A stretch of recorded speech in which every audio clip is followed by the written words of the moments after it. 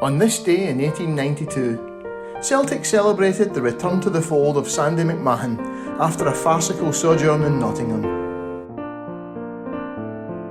Professionalism was illegal in Scottish football until 1893, and so every summer Scottish clubs were vulnerable to losing their star players to England, where paying players had been legitimate since 1888. Celtic were at the forefront of moves to introduce professionalism to Scottish football, but that summer of 1892 they lost two of their star players in McMahon and Neil McCallum. The Glasgow Evening Post reported on the 6th of August 1892, "Yesterday," says the Sporting Chronicle, "a number of Scottish football players for the Notts Forest Club arrived in Nottingham. They included McMahon and McCallum of the Celtic Club, whose departure caused the greatest consternation in the ranks of the Irish club in Glasgow.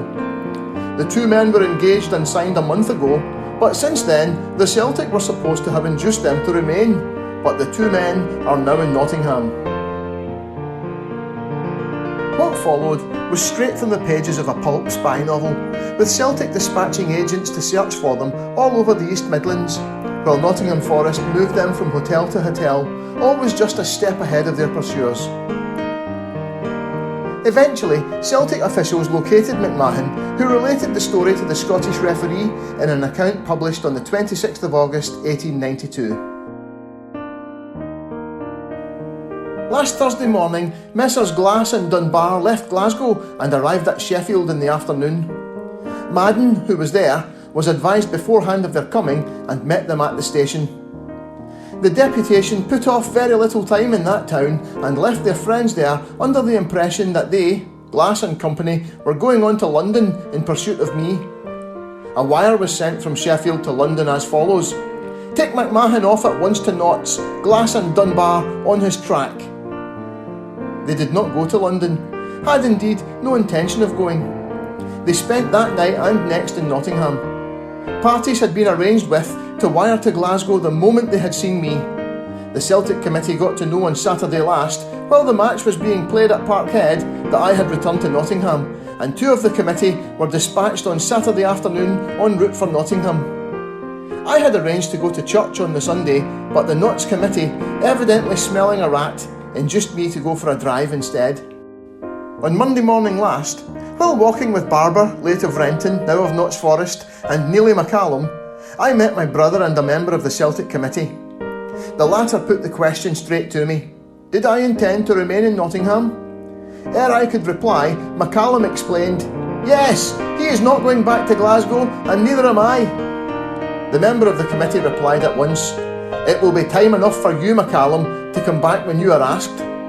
I said, "I'm for Glasgow anyway, and I am very glad to see you." My brother hailed a cab at once, and when we had got seated, McCallum shouted to the driver, "Now, look here, you don't drive these fellows. They are from the Celtic committee, and they are taking away McMahon. If you do drive them, it may be the worse for yourself." On hearing this, the Jehu refused to take us, and we got out of the vehicle. We took to our heels and ran a considerable distance, followed by McCallum. We hired a shandry dan at a neighbouring hostelry and drove off into the country to give McCallum the slip, and when about 14 miles from Nottingham, struck a wayside station. We couldn't get a train to anywhere within an hour and a half, and as we suspected that some of the Notts men might be on the prowl, we continued our drive, arriving eventually at Manchester from a village the name of which I don't remember. Here we stayed until Tuesday morning. Before entering Manchester station, I sent a friend who was with me to scout, and he returned with the intelligence that Radford, Notts secretary, and 5 members of the club were on the station platform. We left Manchester that forenoon and arrived on the same evening in Glasgow. About the letter, I wrote it to the dictation of the Notts secretary and signed on the spur of the moment, without the least intention of ever remaining at Nottingham. I enjoyed my little trip very well, and the Notts people were very kind to me, showed me the sights of their city, and by all the means in their power tried to impress me with the superiority of Nottingham as a resort for football players.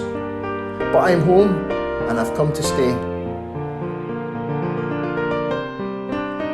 On Thursday, the 25th of August 1892, Sandy McMahon made his return to the Celtic team in a friendly match against Johnston, which finished in a 2-2 draw. The Edinburgh Evening News reported McMahon scored Celtic second, but the Glasgow Evening Post gave the credit to his left-wing partner, Johnny Campbell. Sandy McMahon, nicknamed the Duke after a 19th century president of France named Patrice McMahon, Le Duc de Magenta, was Celtic's first scoring sensation. An inside left, equally at home at outside left, he was tall and had a very ungainly, awkward running style, but his excellent close control saw him also nicknamed the Prince of Dribblers, and he formed a devastating partnership with Campbell, unlike anything ever seen in Scotland before. A supreme all-rounder, he scored countless goals with his head, and Willie Maley described him as the best header of a ball he had ever seen, and that included Jimmy McGrory. McMahon scored an astonishing 171 goals in 217 League and Scottish Cup matches for Celtic from 1890 to 1903. He left for Partick Thistle in October, but hadn't featured for the first team that season, so probably never turned out in the hoops.